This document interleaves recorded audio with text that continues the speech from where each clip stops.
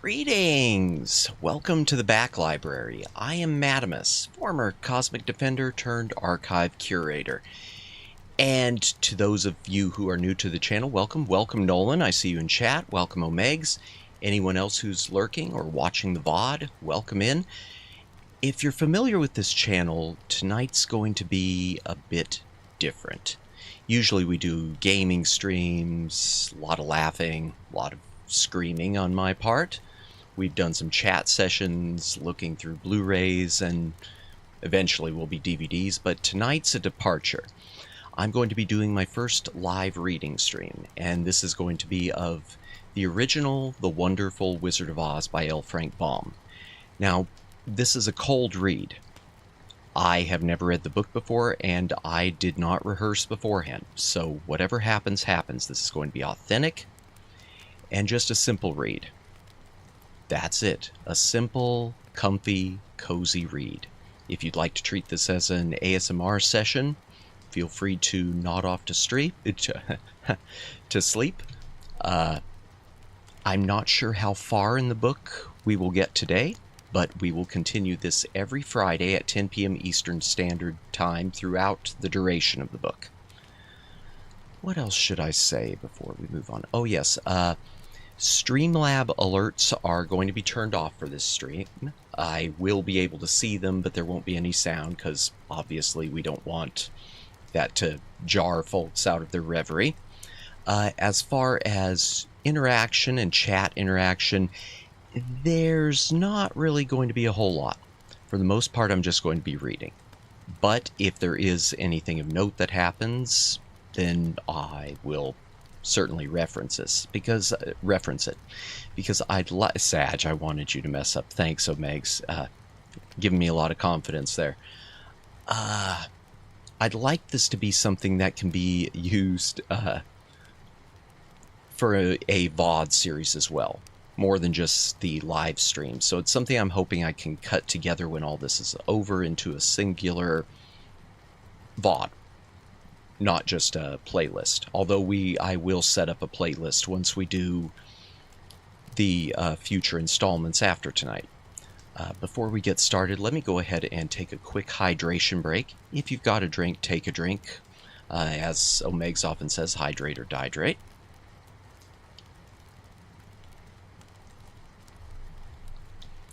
And let me go ahead and get this set up with the book. Okay. Now, the book of The Wonderful Wizard of Oz, if you're not aware, is in the public domain. So that's one of the reasons that I am able to read it on stream. If it wasn't in the public domain, I definitely couldn't. Anything else that I should say beforehand? Oh, and just so you know, if you see my head wandering in a wonky direction, I've tried to set this up okay with my model because I'm using two screens instead in order to read this. I tried to do it off of a single string with my OBS running, the program that runs streaming software usually, and it just wasn't very cooperative, so I'm using my dual PC setup. But what you're hearing now, my voice now, this is the way it's going to be throughout the night. I'm not going to over-exaggerate things. We're not going to get loud. It's just going to be a nice, comfy, cozy stream by the fire. And also, I will point out that at the end of stream, as much as I might like to, we will not be raiding into anyone. I don't want to risk raiding into someone with a louder stream and snap anyone out of their reverie, out of falling asleep if they are starting to nod off. I want this just to be a nice, soothing, simple experience for everyone. So that said, let me go ahead and get the book set up a little better to get it started.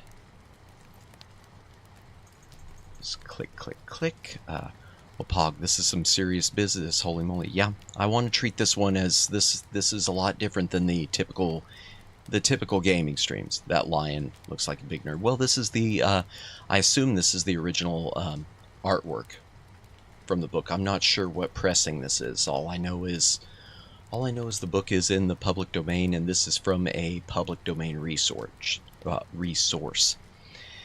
It's not a good sign that I'm having trouble speaking already, is it? Well, in any case, let me go ahead and go to the beginning. By L. Frank Baum. This book is dedicated to my good friend and comrade, my wife.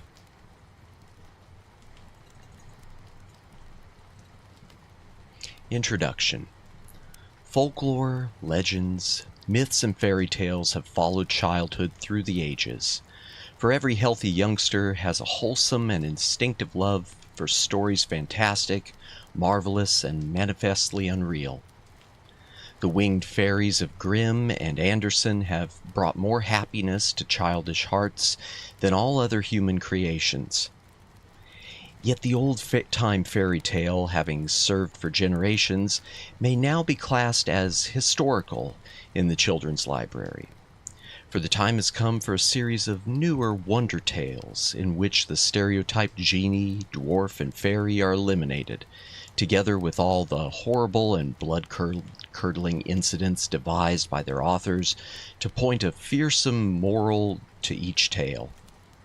Modern education includes morality.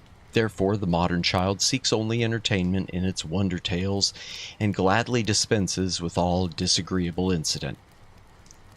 Having this thought in mind, the story of The Wonderful Wizard of Oz was written solely to please children of today.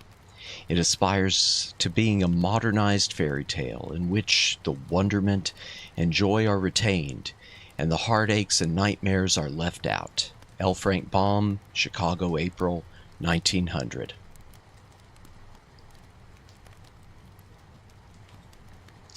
Chapter 1.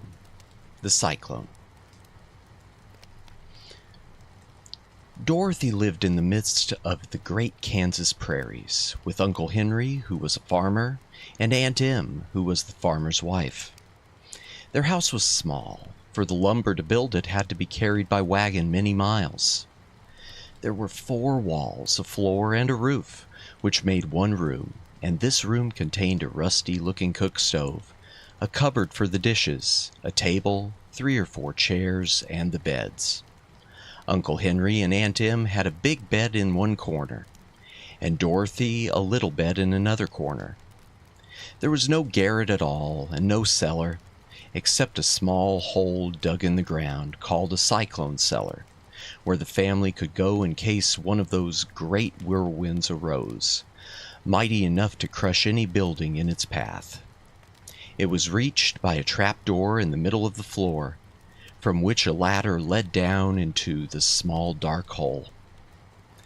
When Dorothy stood in the doorway and looked around, she could see nothing but the great gray prairie on every side. Not a tree nor a house broke the broad sweep of flat country that reached to the edge of the sky in all directions. The sun had baked the plowed land into a gray mass, with little cracks running through it. Even the grass was not green, for the sun had burned the tops of the long blades until they were the same gray color to be seen everywhere.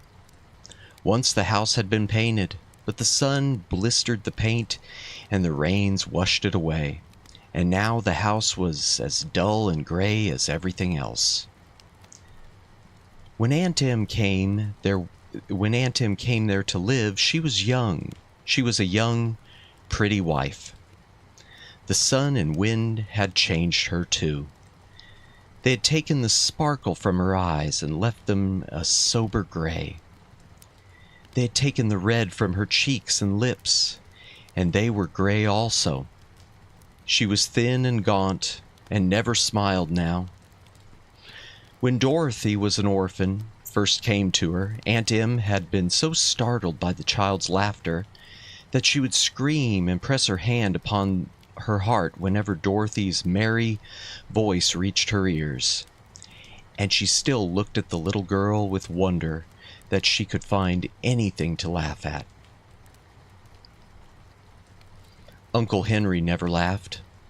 He worked hard from morning till night and did not know what joy was.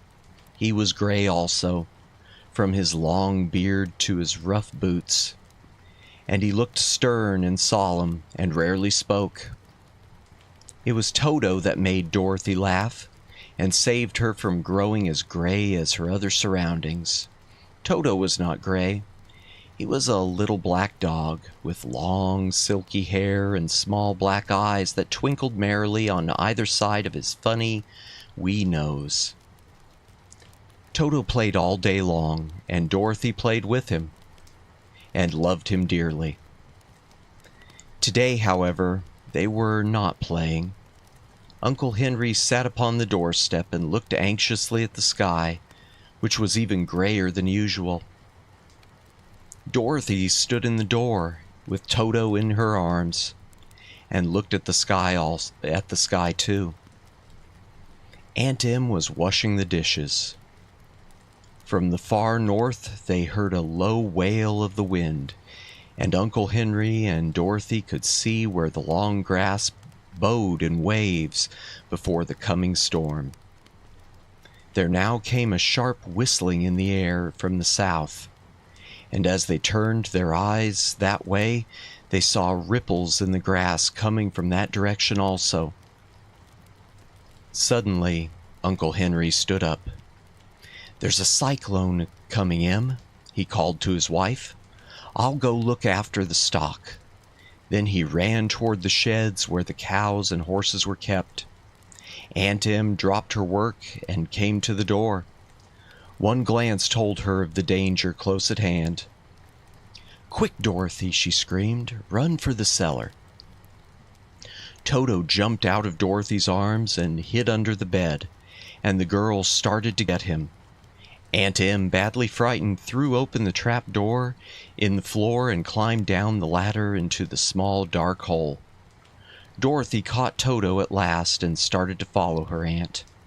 When she was halfway across the room, there came a great shriek from the wind, and the house shook so hard that she lost her footing and sat down suddenly upon the floor. Then a strange thing happened. The house whirled around 2 or 3 times and rose slowly through the air. Dorothy felt as if she were going up in a balloon.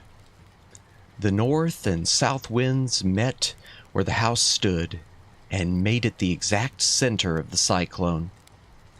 In the middle of a cyclone, the air is generally still, but the great pressure of the wind on every side of the house raised it up higher and higher until it was at the very top of the cyclone, and there it remained and was carried miles and miles away as easily as you could carry a feather.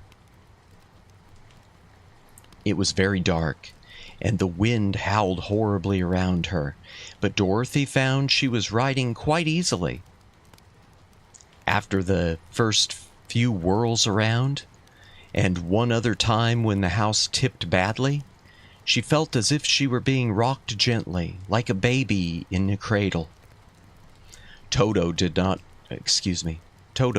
like it.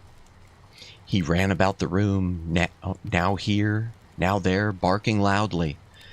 But Dorothy sat quite still on the floor, and wanted to see what would happen. Once Toto got too near the open trap door and fell in, and at first the little girl thought she had lost him.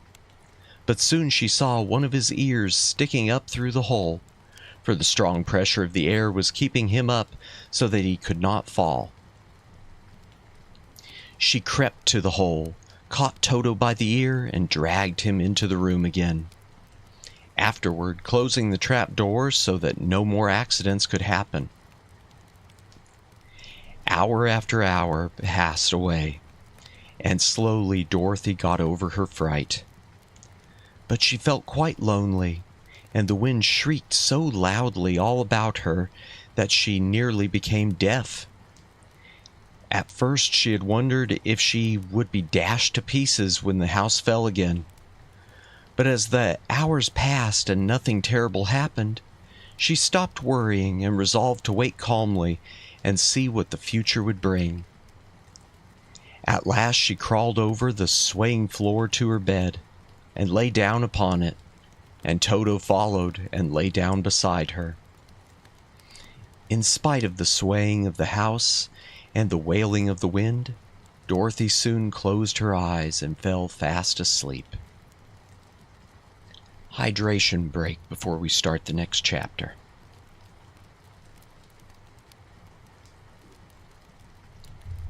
If you have a drink, take a drink, stay hydrated. Hydration is important. Chapter 2. The Council with the Munchkins. Excuse me, I didn't say that very well. The Council with the Munchkins. She was... excuse me, I'm sorry about that. She was awakened by a shock so sudden and severe that if Dorothy had not been lying on the soft bed, she might have been hurt. As it was, the jar made her catch her breath and wonder what had happened. And Toto put his cold little nose into her face and whined dismally. Dorothy sat up and noticed that the house was not moving, nor was it dark, for the bright sunshine came in at the window, flooding the little room. She sprang from her bed and, with Toto at her heels, ran and opened the door. The little girl gave a cry of amazement as she looked about her, her eyes growing bigger and bigger at the wonderful sights she saw. The cyclone had set the house down very gently. For a cyclone, in the midst of a country of marvelous beauty. There were lovely patches of greensward all about, the stately trees bearing rich and luscious fruits. Banks of gorgeous flowers were on every hand, and birds with rare and brilliant plumage sang and fluttered in the trees and bushes. A little way off was a small brook, rushing and sparkling along between green banks, and murmuring in a voice very grateful to a little girl who had lived so long on the dry, gray prairies. While she stood looking eagerly at the strange and beautiful sights, she noticed coming toward her a group of the queerest people she had ever seen. They were not as big as the grown folk she had always been used to, but neither were they very small. In fact, they seemed about as tall as Dorothy, who was a well-grown child for her age, although they were, so far as looks go, many years older. 3 were men and 1 a woman, and all were oddly dressed. They wore round hats that rose to a small point a foot above their heads, with little bells around the brims that tinkled sweetly as they moved. The hats of the men were blue. The little woman's hat was white, and she wore a white gown that hung in pleats from her shoulders. Over it were sprinkled little stars that glistened in the sun like diamonds. The men were dressed in blue, of the same shade as their hats, and wore well-polished boots with a deep roll of blue at the tops. The men, Dorothy thought, were about as old as Uncle Henry, for 2 of them had beards, but the little woman was doubtless much older. Her face was covered with wrinkles, her hair was nearly white, and she walked rather stiffly. When these people drew near the house where Dorothy was standing in the doorway, they paused and whispered among themselves, as if afraid to come farther. But the little old woman walked up to Dorothy, made a low bow, and said in a sweet voice, "You are welcome, most noble sorceress, to the land of the Munchkins. We are so grateful to you for having killed the Wicked Witch of the East, and for setting our people free from bondage." Dorothy listened to this speech with wonder. What could the little woman possibly mean by calling her a sorceress? and saying she had killed the Wicked Witch of the East. Dorothy was an innocent, harmless little girl who had been carried by a cyclone many miles from home, and she had never killed anything in all her life. But the little woman evidently expected her to answer, so Dorothy said with hesitation, "You are very kind, but there must be some mistake. I have not killed anything." "Your house did anyway," replied the little old woman, with a laugh. "And the same thing, see? And that is the same thing, see?" She continued, pointing to the corner of the house. "There are her 2 feet, still sticking out from under a block of wood." Dorothy looked and gave a little cry of fright. There indeed, just under the corner of the great beam the house rested on, 2 feet were sticking out, shod in silver shoes with pointed toes.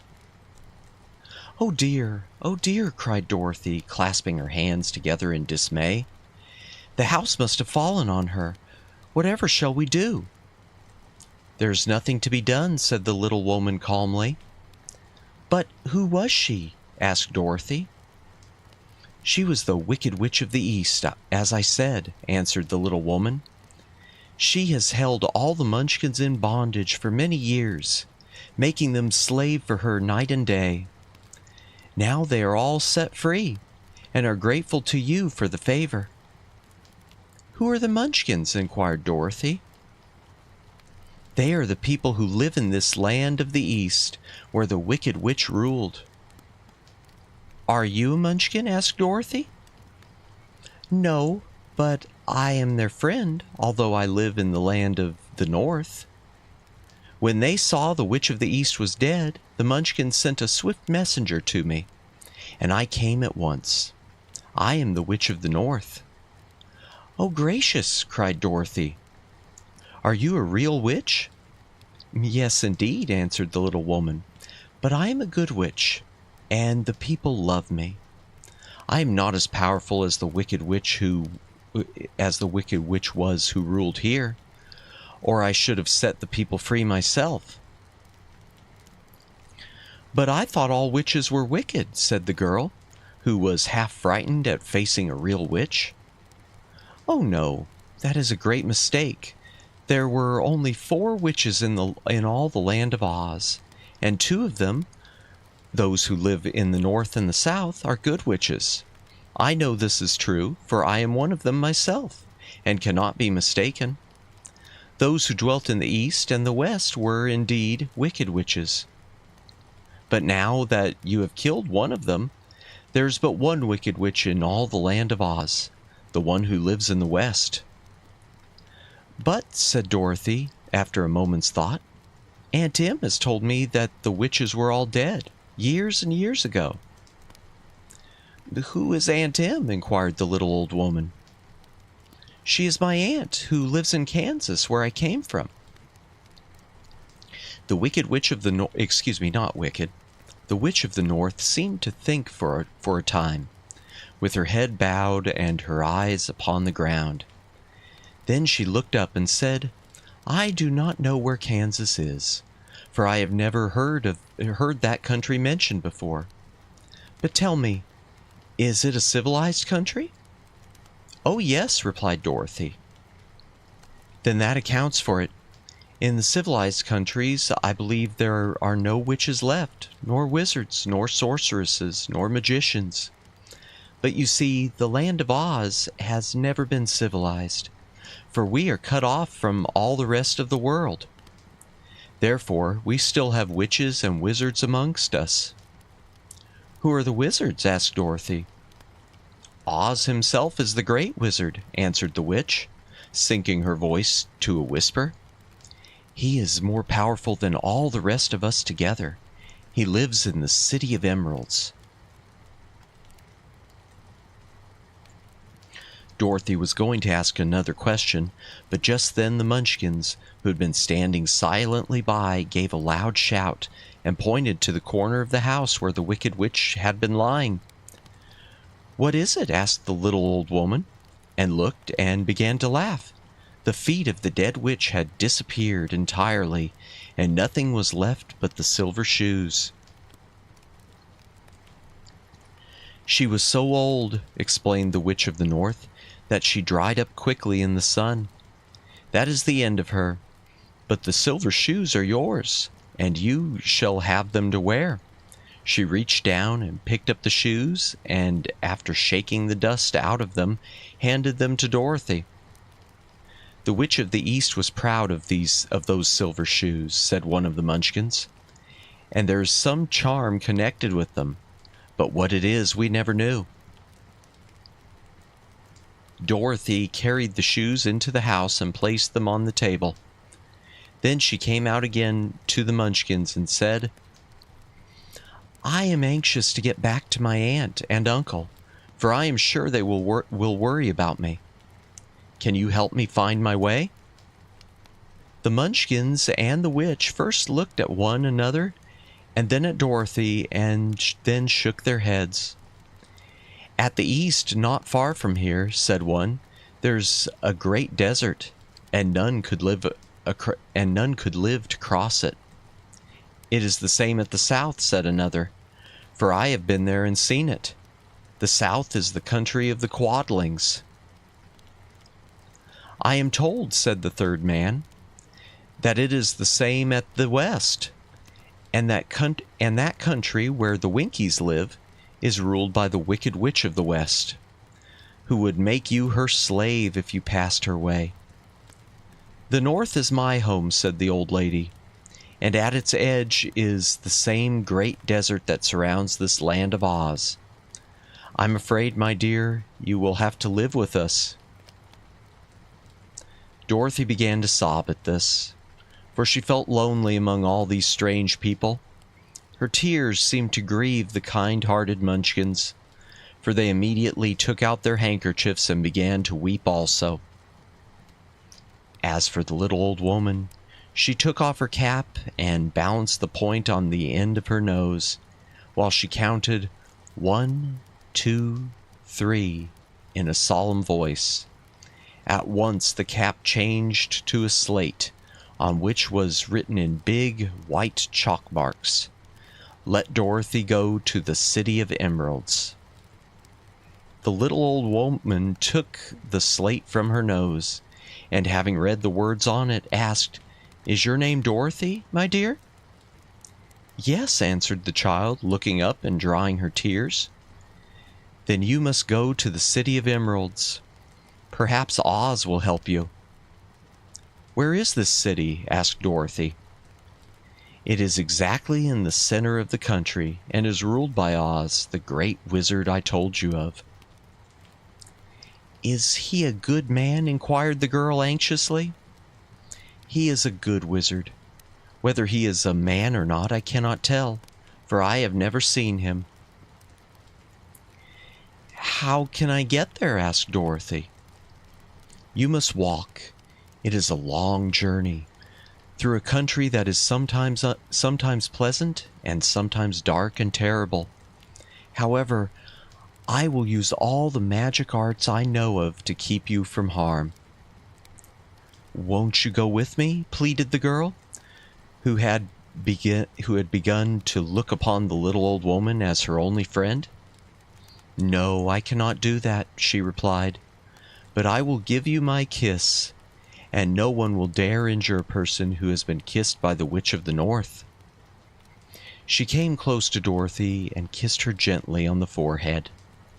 Where her lips touched the girl, they left a round shining mark, as Dorothy found out soon after. The road to the City of Emeralds is paved with yellow brick, said the witch, so you cannot miss it. When you get to Oz, do not be afraid of him, but tell your story and ask him to help you. Goodbye, my dear. The three Munchkins bowed low to her and wished her a pleasant journey, after which they walked away through the trees. The witch gave Dorothy a friendly little nod, whirled around on her left heel 3 times, and straightway disappeared. much to the surprise of little Toto, who barked after her loudly enough when she had gone, because he had been afraid even to growl while she stood by. But Dorothy, knowing her to be a witch, had expected her to disappear in just that way, and was not surprised in the least. Small hydration break before we go to Chapter 3.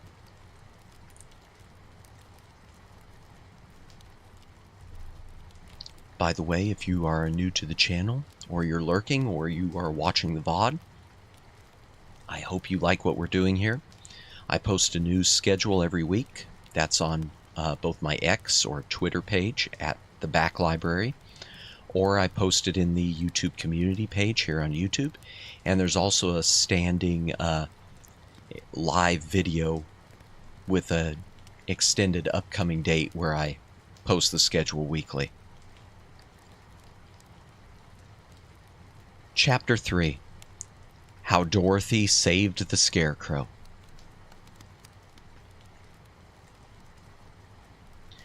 When Dorothy was left alone, she began to feel hungry. So she went to the cupboard and cut herself some bread, which she spread with butter. She gave some to Toto, and taking a pail from the shelf, she carried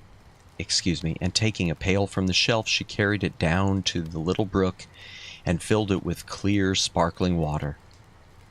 Toto ran over to the trees and began to bark at the birds sitting there. Dorothy went to get him and saw such delicious fruit hanging from the branches that she gathered some of it, finding it just what she wanted to help out her breakfast. Then she went back to the house, and having helped herself and Toto to a good drink of the cool, clear water, she set about making ready for the journey to the City of Emeralds. Dorothy had only one other dress, but that happened to be clean and was hanging on a peg beside her bed. It was gingham with checks of white and blue, and although the blue was somewhat faded with many washings, it was still a pretty frock. The girl washed herself carefully, dressed herself in the clean gingham, and tied her pink sunbonnet on her head. She took a little basket and filled it with bread from the cupboard, laying a white cloth over the top. Then she looked down at her feet and noticed how old and worn her shoes were. "They surely will never do for a long journey, Toto," she said, and Toto looked up into her face with his little black eyes and wagged his tail to show he knew what she meant. At that moment, Dorothy saw lying on the table the silver shoes that had belonged to the Witch of the East. "I wonder if they will fit me," she said to Toto. "They would be just the thing to take a long walk in, for they could not wear out." She took off her old leather shoes and tried on the silver ones, which fitted her as well as if they had been made for her. Finally, she picked up her basket. Come along, Toto," she said. "We will go to the Emerald City and ask the Great Oz how to get back to Kansas again." She closed the door, locked it, and put the key carefully in the pocket of her dress. And so, with Toto trotting along soberly behind her, she started on her journey. There were several roads nearby, but it did not take her long to find the one paved with yellow bricks. Within a short time, she was walking briskly toward the Emerald City, her silver shoes tinkling merrily on the hard yellow roadbed. The sun shone bright and the birds sang sweetly, and Dorothy did not feel nearly so bad as you might think a little girl who had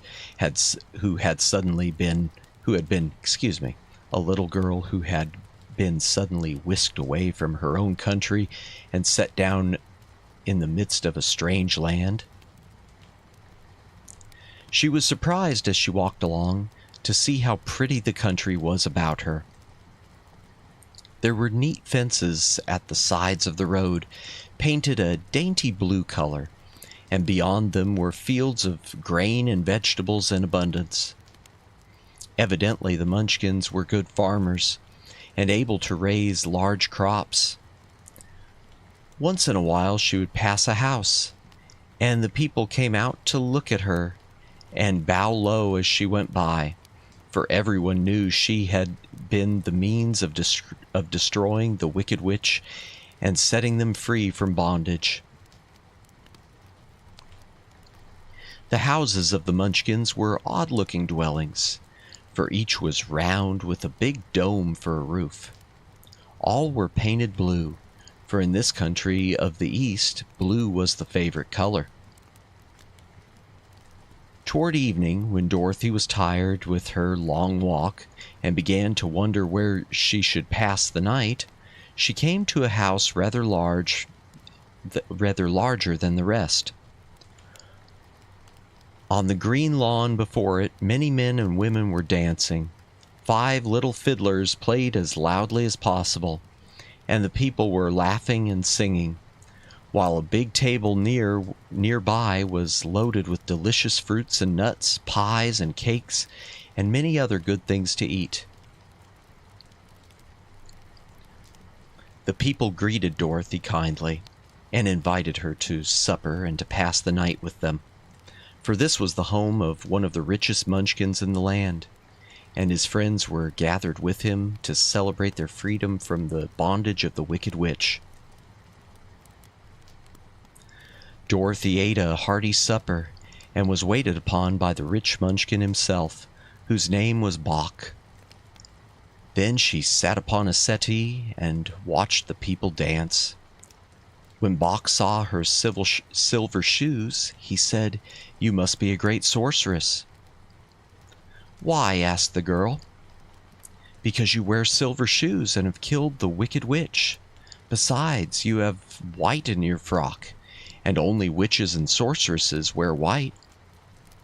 "My dress is blue and white checkered," said Dorothy, smoothing out the wrinkles in it.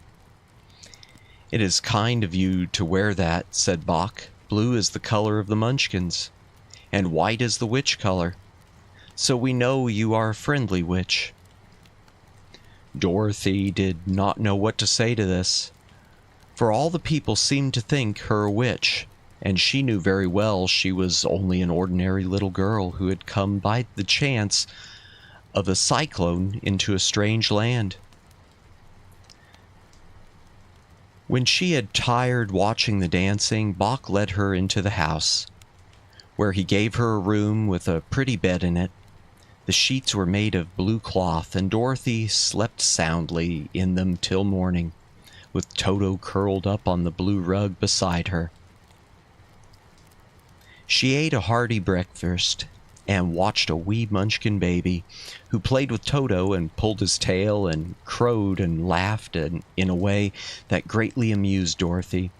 Toto was a fine curiosity to all the people, for they had never seen a dog before. "How far is it to the Emerald City?" the girl asked. "I do not know," answered Bock gravely, "for I have never been there. It is better for people to keep away from Oz unless they have business with him. But it is a long way to the Emerald City, and it will take you many days. The country here is rich and pleasant, but you must pass through rough and dangerous places before you reach the end of your journey." This worried Dorothy a little, but she knew that only the great Oz could help her get to Kansas again, so she bravely resolved not to turn back. She bade her friends goodbye and again started along the road of yellow brick. When she had gone several miles, she thought she would stop to rest, and so climbed to the top of the fence beside the road and sat down. There was a great cornfield beyond the fence, and not far away she saw a scarecrow, placed high on a pole to keep the birds from the ripe corn. Dorothy leaned her chin upon her hand and gazed thoughtfully at the scarecrow. Its head was a small sack stuffed with straw, with eyes, nose, and mouth painted on it to represent a face. An old pointed blue hat that had belonged to some munchkin was perched on his head, and the rest of the figure was a blue suit of clothes, worn and faded, which had all been stuffed with straw. On the feet were some old boots with blue tops, such as every man wore in this country.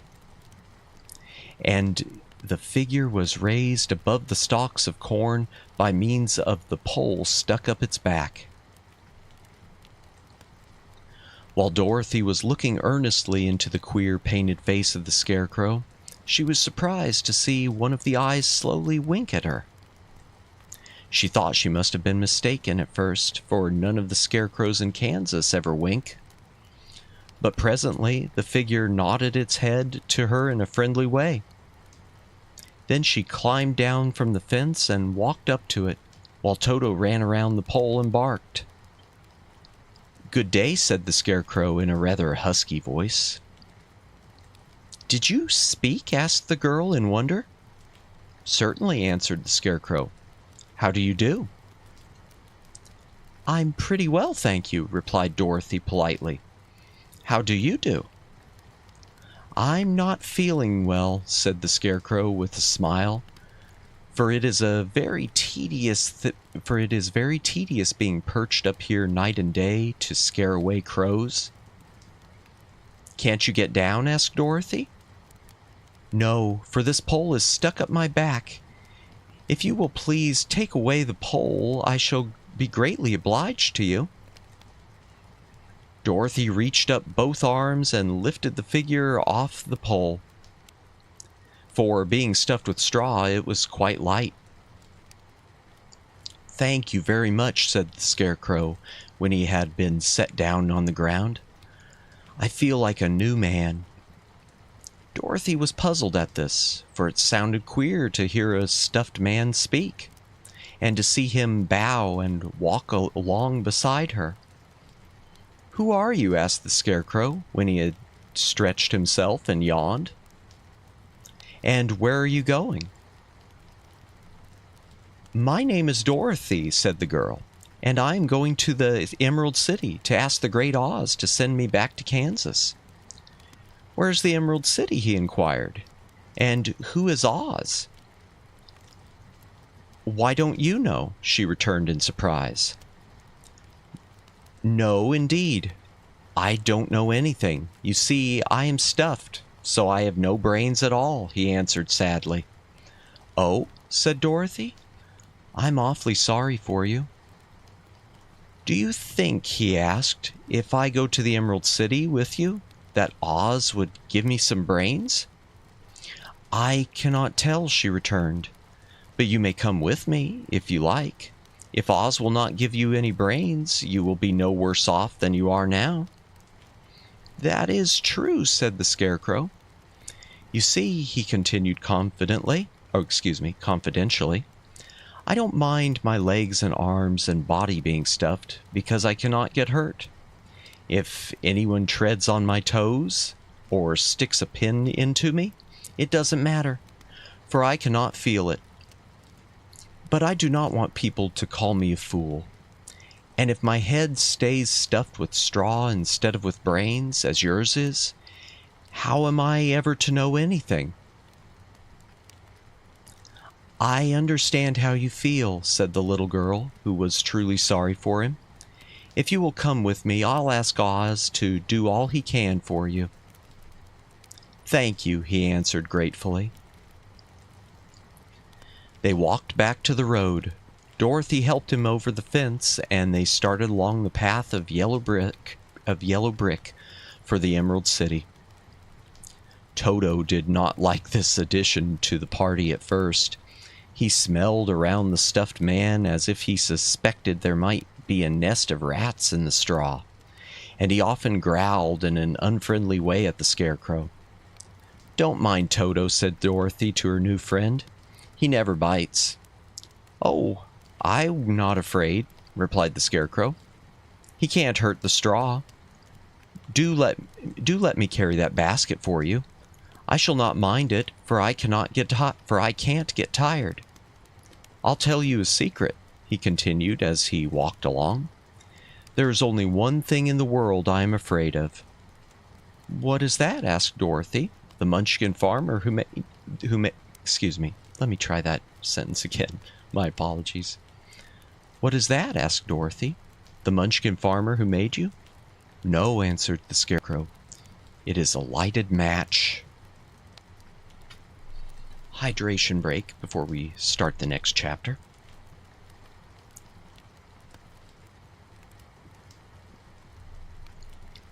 I hope you're enjoying this tonight. Please consider a like and a subscribe and a comment on the video. It does help with the algorithm. And just to let everyone know, whether or not this reading experiment does well on YouTube, I still plan to finish this book. So if it isn't finished tonight, it will be finished in future sessions. So if you're watching this and you're worried that it won't be finished, no need to worry. We will be finishing The Wizard of Oz. And that means we will continue this next week as well. But for now, let's continue on, shall we? Chapter 4, The Road Through the Forest. After a few hours, the road began to be rough, and the walking grew so difficult that the Scarecrow often stumbled over the yellow bricks, which were here very uneven. Sometimes, indeed, they were broken or missing altogether, leaving holes that Toto jumped across and Dorothy walked around. As for the Scarecrow, having no brains, he walked straight ahead, and so stepped into the holes and fell at full length on the hard bricks. It never hurt him, however, and Dorothy would pick him up and set him upon his feet again, while he joined her in laughing merrily at his own mishap. The farms were not nearly so well cared for here as they were farther back. There were fewer houses and fewer fruit trees, and the farther they went, the more dismal and lonesome the country became. At noon they sat down by the roadside, near a little brook, and Dorothy opened her basket and got out some bread. She offered a piece to the Scarecrow, but he refused. "I am never hungry," he said, "and it is a lucky thing I am not, for my mouth is only painted, and if I should cut a hole in it so I could eat, the straw I am stuffed with would come out, and that would spoil the shape of my head." Dorothy saw at once that this was true, so she only nodded and went on eating her bread. "Tell me something about yourself and the country you came from," said the Scarecrow, when she had finished her dinner. So she told him all about Kansas, and how gray everything was there, and how the cyclone had carried her to this queer land of Oz. The Scarecrow listened carefully and said, "I cannot understand why you should wish to leave this beautiful country and go back to the dry, gray place you call Kansas." "That is because you have no brains," answered the girl. "No matter how dreary and gray our homes are, we people of flesh and blood would rather live there than in any other country, be it ever so beautiful. There is no place like home." The Scarecrow sighed. "Of course I cannot understand it," he said. "If your heads were stuffed with straw like mine, you would probably all live in the beautiful places, and then Kansas would have no people at all. It is fortunate for Kansas that you have brains." "Won't you tell me a story while we are resting?" asked the child. The Scarecrow looked at her reproachfully and answered, "My life has been so short that I really know nothing whatever. I was only made day before yesterday. What happened in the world before that time is all unknown to me. Luckily, when the farmer made my head, one of the first things he did was to paint my ears, so that I heard what was going on. There was another munchkin with him, and the first thing I heard was the farmer saying, "How do you like those ears?" "They aren't straight," answered the other. "Never mind," said the farmer. "They are ears just the same," which was true enough. "Now I'll make the eyes," said the farmer. So he painted my right eye, and as soon as it was finished, I found myself looking at him and at everything around me with a great deal of curiosity, for this was my first glimpse of the world. "That's a rather pretty eye," remarked the munchkin who was watching the farmer. "Blue paint is just the color for eyes." "I think I'll make the other a little bigger," said the farmer. And when the second eye was done, I could see much better than before. Then he made my nose and my mouth. But I did not speak, because at that time I did not know what a mouth was for. I had the fun of watching them make my body and my arms and legs. And when they fastened on my head, at last, I felt very proud, for I thought I was just as good a man as anyone. "This fellow will scare the crows fast enough," said the farmer. Let me try that sentence again. My apologies, my mouth's a bit dry. "This fellow will scare the crows fast enough," said the farmer. "He looks just like a man." "Why, he is a man," said the other, and I quite agreed with him. The farmer carried me under his arm to the cornfield and set me up on a tall stick, where you found me. He and his friends soon after walked away and left me alone. I did not like to be deserted this way, so I tried to walk after them, but my feet would not touch the ground, and I was forced to stay on that pole. It was a lonely life to lead, for I had nothing to think of, having been made such a little while before. Many crows and other birds flew into the cornfield, but as soon as they saw me, they flew away again, thinking I was a munchkin. And this pleased me, and made me feel that I was quite an important person. By and by, an old crow flew near me, and after looking at me carefully, he perched upon my shoulder and said, "I wonder if that farmer thought to fool me in this clumsy manner. Any crow of sense could see that you are only stuffed with straw." Then he hopped down at my feet and ate all the corn he wanted. The other birds, seeing he was not harmed by me, came to eat the corn too. So in a short time there was a great flock of them about me. I felt sad at this, for it showed I was not such a good scarecrow after all. But the old crow comforted me, saying, "If you only had brains in your head, you would be as good a man as any of them, and a better man than some of them. Brains are the only things worth having in this world, no matter whether one is a crow or a man."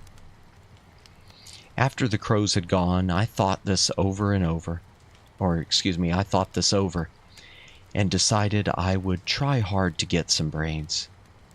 By good luck, you came along and pulled me off the stake, and from what you say, I am sure the great Oz will give me brains as soon as we get to the Emerald City. "I hope so," said Dorothy earnestly, "since you seem anxious to have them." "Oh yes, I am anxious," returned the Scarecrow. "It is such an uncomfortable feeling to know one is a fool." "Well," said the girl, "let us go." And she handed the basket to the Scarecrow.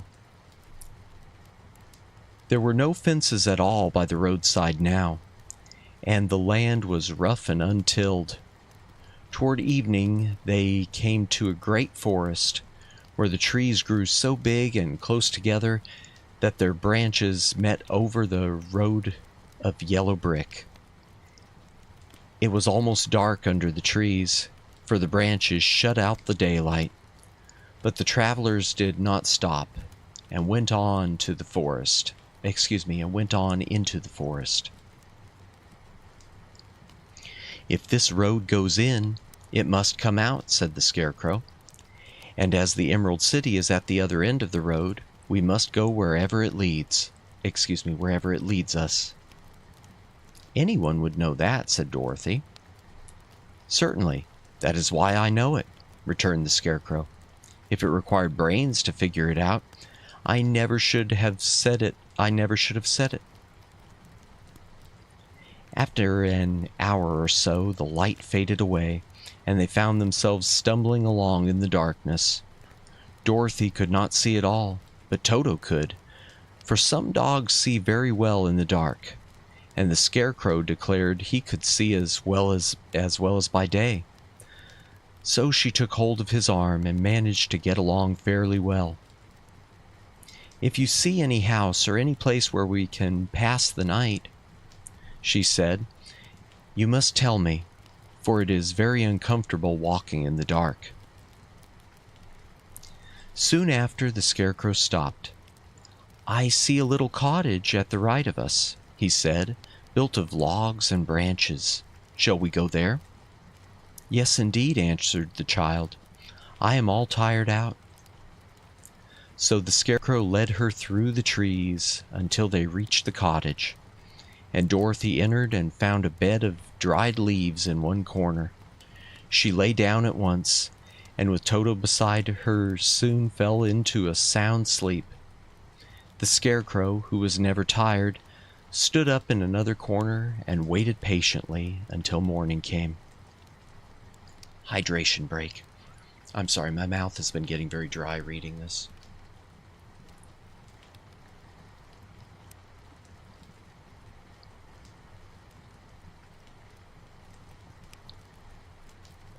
My apologies for some of the small stumbles I've made. I promise you I do read at better than a third grade reading level. Excuse me for just one moment.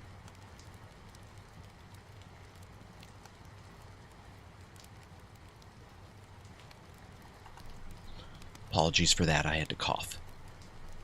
Okay, let's continue on.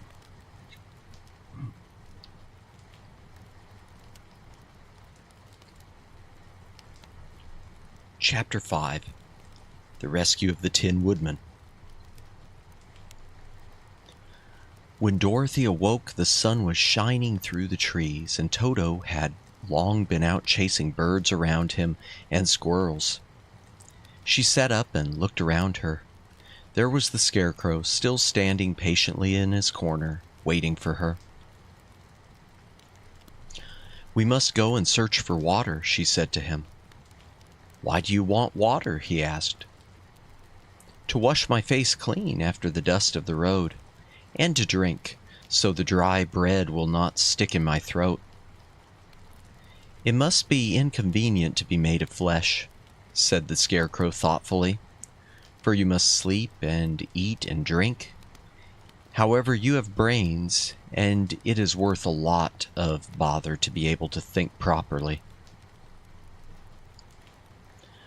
They left the cottage and walked through the trees until they found a little spring of clear water where Dorothy drank and bathed and ate her breakfast. She saw there was not much bread left in the basket, and the girl was thankful the Scarecrow did not have to eat anything, for there was scarcely enough for herself and Toto for the day. When she had finished her meal and was about to go back to the road of yellow brick, she was startled to hear a deep groan nearby. "What was that?" she asked timidly. "I cannot imagine," replied the Scarecrow, "but we can go and see." Just then another groan reached their ears, and the sound seemed to come from behind them.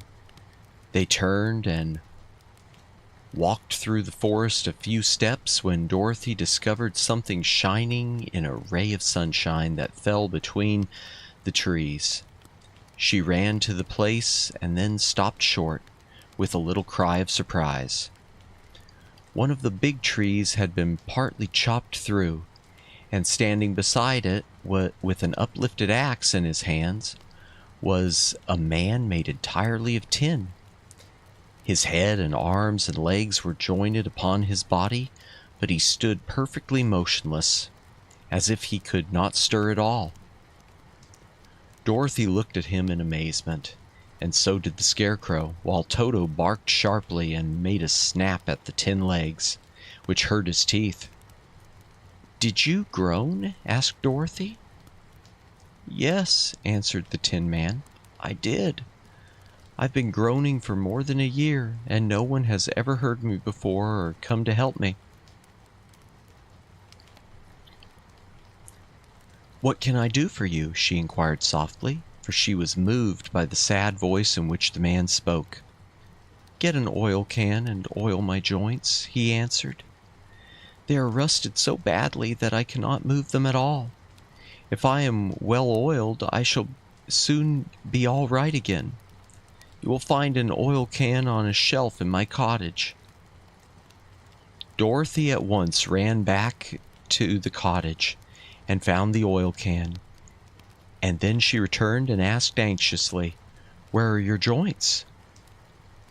"Oil my neck first," replied the Tin Woodman. So she oiled it, and as it was quite badly rusted, the Scarecrow took hold of the tin head and moved it gently from side to side until it worked freely, and then the man could turn it himself. "Now oil the joints of my arms," he said. And Dorothy oiled them, and the Scarecrow bent them carefully until they were quite free from rust and as good as new. The Tin Woodman gave a sigh of satisfaction and lowered his axe, which he leaned against the tree. "This is a great comfort," he said. "I have been holding that axe in the air ever since I rusted, and I'm glad to be able to put it down at last.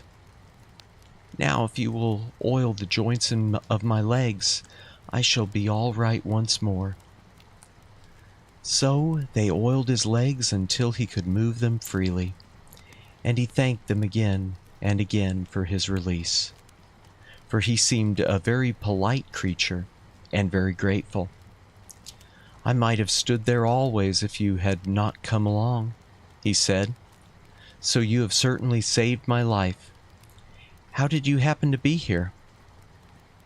"We are on our way to the Emerald City to see the Great Oz," she answered, "and we stopped at your cottage to pass the night." "Why do you wish to see Oz?" he asked. "I want him to send me back to Kansas, and the Scarecrow wants him to put a few brains into his head," she replied. The Tin Woodman appeared to think deeply for a moment. Then he said, "Do you suppose Oz could give me a heart?" "Why, I guess so," Dorothy answered.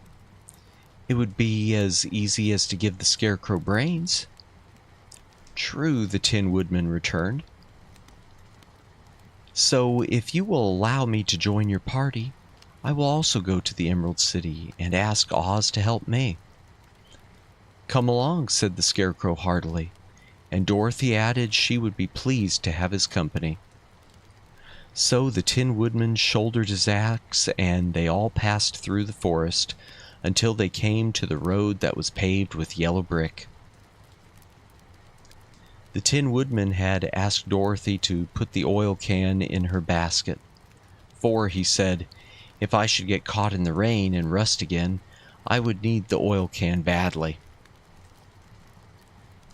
It was a bit of good luck to have their new comrade join the party, for soon after they had begun their journey again, they came to a place where the trees and branches grew so thick over the road that the travelers could not pass. But the Tin Woodman set to work with his axe and chopped so well that soon he cleared a passage for the entire party. Dorothy was thinking so earnestly as they walked along that Dorothy was thinking so earnestly as they walked along that she did not notice when the Scarecrow stumbled into a hole and rolled over to the side of the road. Indeed, he was obliged to call to her to help him up again. "Why didn't you walk around the hole?" asked the Tin Woodman. "I don't know enough," said the Scarecrow cheerfully. "My head is stuffed with straw, you know, and that is why I am going to Oz to ask him for some brains." "Oh, I see," said the Tin Woodman. "But after all, brains are not the best things in the world." "Have you any?" inquired the Scarecrow. "No, my head is quite empty," answered the Woodman. But once I had brains, and a heart also. So having tried them both, I should much rather have a heart." "And why is that?" asked the Scarecrow. "I will tell you my story, and then you will know." So while they were walking through the forest, the Tin Woodman told the following story. "I was born the son of a woodman who chopped down trees in the forest and sold the wood for a living. When I grew up, I too became a wood chopper. And after my father died, I took care of my old mother as long as she lived. Then I made up my mind that instead of living alone, I would marry, so that I might not become lonely. There was one of the Munchkin girls who was so beautiful that I soon grew to love her with all my heart. She, on her part, promised to marry me as soon as I could earn enough money to build a better house for her. So I set to work harder than ever. But the girl lived with an old woman who did not want her to marry anyone, for she was so lazy she wished the girl to remain with her and to do the cooking and the housework.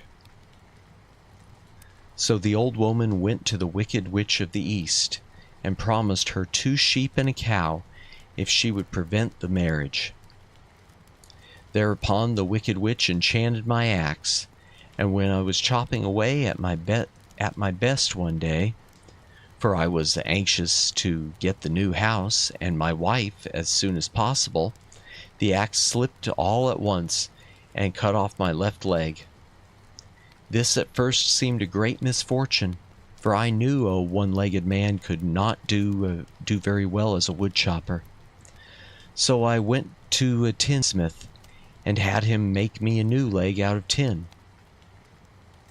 The leg worked very well, once I was used to it, but my action angered the Wicked Witch of the East, for she had promised the old woman that I should not marry the pretty Munchkin girl. When I began chopping again, my axe slipped and cut off my right leg. Again I went to the tinsman, and again he made me a leg out of tin. After this, the enchanted axe cut off my arms, one after the other. But nothing daunted, I had them replaced with tin ones. The Wicked Witch then made the axe slip and cut off my head, and at first I thought that was the end of me.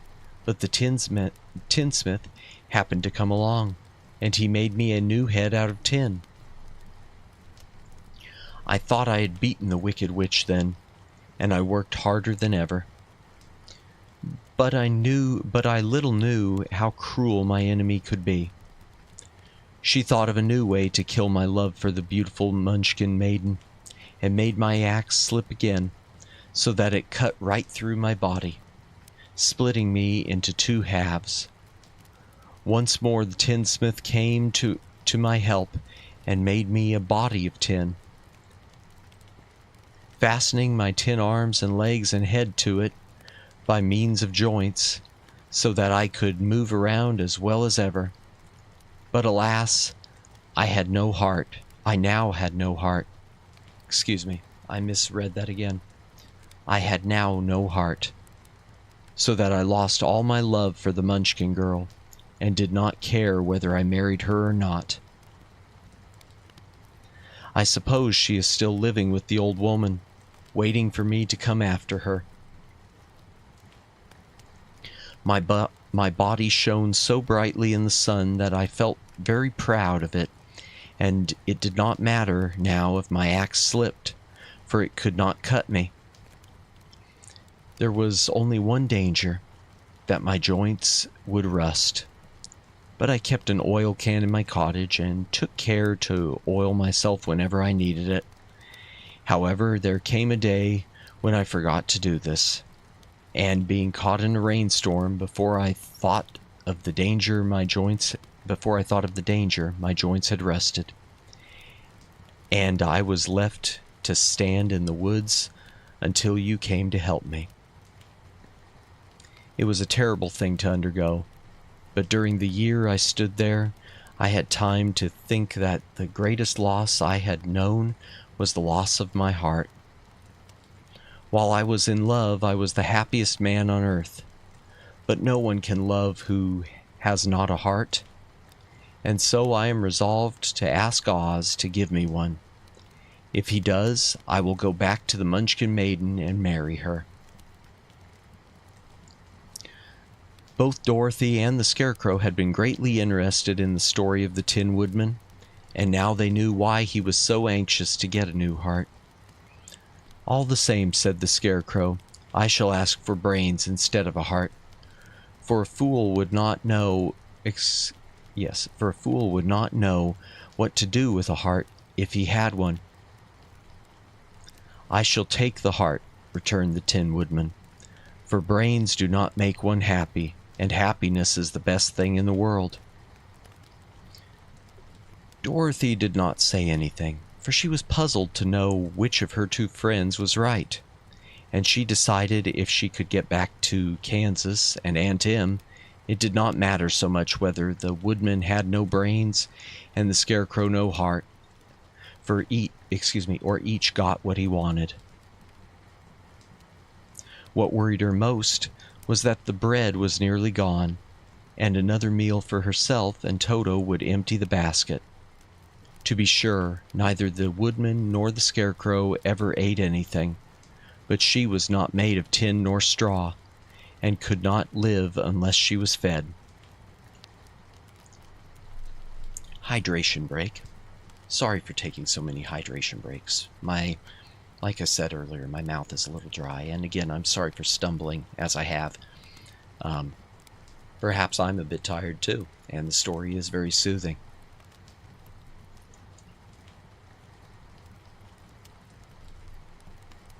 Once again, if you are lurking, thank you for lurking. If you're watching this as a VOD, thank you for doing so. Please consider a like and a subscribe. It does help, and I'm looking forward to seeing this channel grow further. Let's do one more chapter for the night. I think that would be good. Chapter 6, The Cowardly Lion.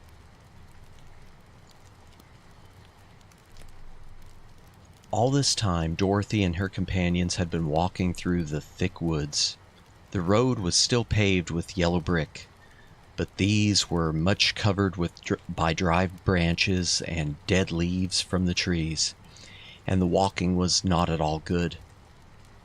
There were few birds in this part of the forest, for birds love the open country where there is plenty of sunshine, but now and then there came a deep growl from some wild animal hidden among the trees. These sounds made the little girl's heart beat fast, for she did not know what made them, but Toto knew, and he walked close to Dorothy's side and did not even bark in return. "How long will it be," the child asked of the Tin Woodman, "before we are out of the forest?" "I cannot tell," was his answer. Oh, excuse me, I messed up the page there. Let me fix that. There we go. "I cannot tell," was the answer, "for I have never been to the Emerald City. But my father went there once, when I was a boy, and he said it was a long journey through a dangerous country. Although nearer to the city where Oz dwells, the country is beautiful. But I am not afraid so long as I have my oil can, and nothing can hurt the Scarecrow, while you bear upon your forehead the mark of the Good Witch's kiss, and that will protect you from harm." "But Toto," said the girl anxiously, "what will protect him?" "We must protect him ourselves if he is in danger," replied the Tin Woodman. Just as he spoke, there came from the forest a terrible roar, and the next moment a great lion bounded into the road. With one blow of his paw, he sent the Scarecrow spinning over and over to the edge of the road. And then he struck at the Tin Woodman with his sharp claws. But to the lion's surprise, he could make no impression on the tin, though the woodman fell over in the road and lay still. Little Toto, now that he had an enemy to face, ran barking toward the lion, and the great beast had opened his mouth to bite the dog when Dorothy, fearing Toto would be killed, and heedless of danger, rushed forward and slapped the lion upon his nose as hard as she could, while she cried out, "Don't you dare to bite Toto! You ought to be ashamed of yourself, a big beast like you, to bite a poor little dog." "I didn't bite him," said the lion, as he rubbed his nose with his paw where Dorothy had hit it. "No, but you tried to," she retorted. "You are nothing but a big coward." "I know it," said the lion, hanging his head in shame. "I've always known it, but how can I help it?" I don't know, I'm sure. To think, I read that wrong. "I don't know, I'm sure. To think of you striking a stuffed man like the poor Scarecrow. Is he stuffed?" asked the lion in surprise, as he watched her pick up the Scarecrow and set him upon his feet while she patted him into shape again. "Of course he's stuffed," replied Dorothy, who was still angry. "That's why he went over so easily," remarked the lion. "It astonished me to see him whirl around so. Is the other one stuffed also?" "No," said Dorothy. "He's made of tin," and she helped the woodman up again. That's why he nearly blunted my claws," said the lion. "When they scratched against the tin, it made a cold shiver run down my back. What is that little animal you are so tender of?" "He is my dog, Toto," answered Dorothy. "Is he made of tin or stuffed?" asked the lion. "Neither. He's a meat dog," said the girl. "Oh, he's a curious animal, and seems remarkably small, now that I look at him. No one would think of biting such a little thing, except a coward like me," continued the lion sadly. "What makes you a coward?" asked Dorothy, looking at the great beast in wonder, for he was as big as a small horse. "It's a mystery," replied the lion. "I suppose I was born that way. All the other animals in the forest naturally expect me to be brave, for the lion is everywhere thought to be the king of beasts. I learned that if I roared very loudly, every living thing was frightened and got out of my way. Whenever I've met a man, I've been awfully scared, but I just roared at him, and he has always run away as fast as he could. If the elephants and the tigers and the bears had ever tried to fight me, I should have run myself. I'm such a coward. But just as soon as they hear me roar, they all try to get away from me, and of course I let them go." "But that isn't right. The king of beasts shouldn't be a coward," said the Scarecrow. "I know it," returned the lion, wiping a tear from his eye with the tip of his tail. "It is my great sorrow, and makes my life very unhappy. But whenever there is danger, my heart begins to beat fast." "Perhaps you have heart disease," said the Tin Woodman. "It may be," said the lion. "If you have," continued the Tin Woodman, "you ought to be glad, for it proves you have a heart. For my part, I have no heart, so I cannot have heart disease." perhaps, said the lion thoughtfully. If I had no heart, I should not be a coward. Have you brains? Asked the Scarecrow. I suppose so. I've never looked to see, replied the lion. I'm going to the Great Oz to ask him to give me some, remarked the Scarecrow, for my head is stuffed with straw. And I am going to ask him to give me a heart, said the Woodman. And I am going to ask him to send Toto and me back to Kansas, said Dorothy. Do you think Oz could give me courage? Asked the Cowardly Lion. Just as easily as he could give me brains, said the Scarecrow. Or a heart, said the Tin Woodman. Or send me back to Kansas, said Dorothy. Then if you don't mind, I'll go with you, said the lion, for my life is simply unbearable without a bit of courage. You will be very welcome, answered Dorothy, for you will help to keep away the other wild beasts.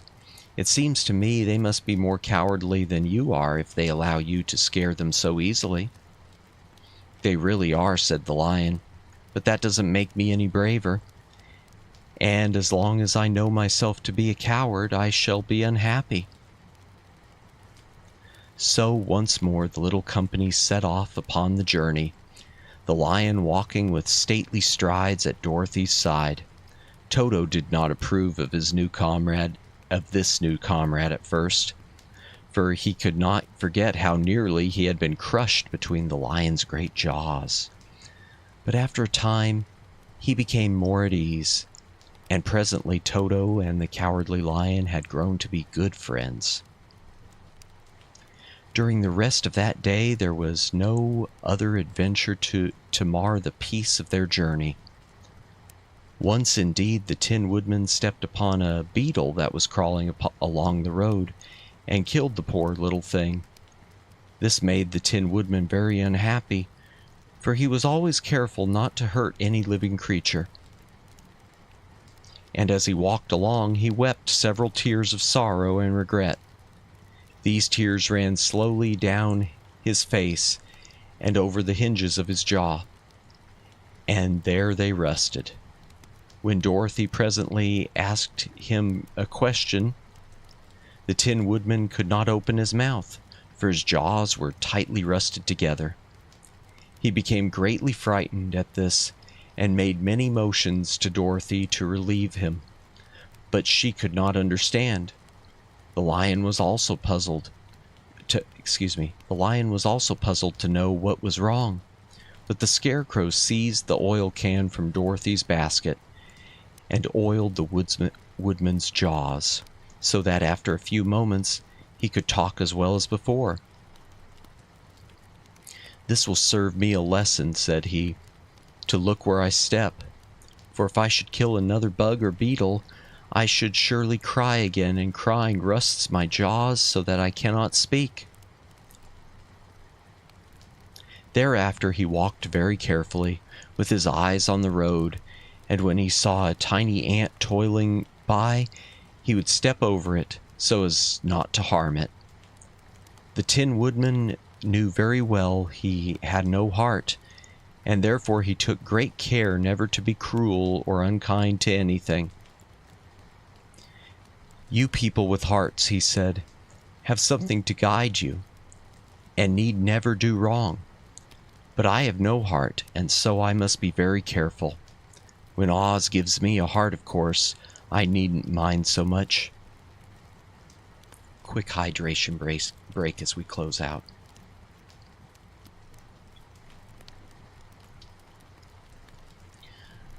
Well, that was the end of Chapter 6. Tonight we read the first 6 chapters of The Wizard of Oz. I'm not sure quite how many chapters there are. Let me double check. Well, I've still got you here. It looks like there are a total of 24 chapters, so if we average 6 chapters a stream, that'll give us 4 streams. Huh. Nice, Omegs. Nice. Yeah, sad, only 24. But honestly, if these streams do well, we'll do more than just The Wizard of Oz.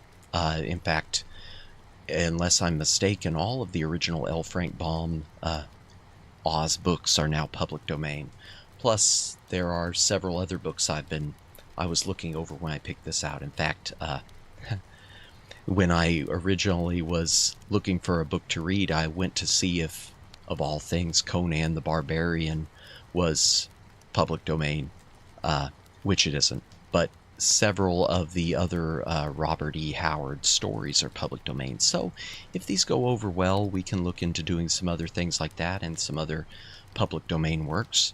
Again, we'll feel it out, but at the very least, we will complete all 24 chapters of The Wizard of Oz. So we'll plan on 6 chapters per stream. So that being said, let me switch my mouse and keyboard back to the other PC. If you've been lurking or watching this as a VOD, thank you for doing so. If you've been watching this live, thank you for doing so. I really appreciate you spending the evening with me. I'm sorry that I stumbled several times, especially as we got closer to the end. Ordinarily on these streams, I say if you don't have to go home, but you can't stay here. But tonight, I'm just going to say I hope you all have a good evening and a good weekend, and I will see you again hopefully during the week during some of our gaming streams, and if not there, I will see you next Friday when we will continue the wonderful the wonderful Wizard of Oz. Good night.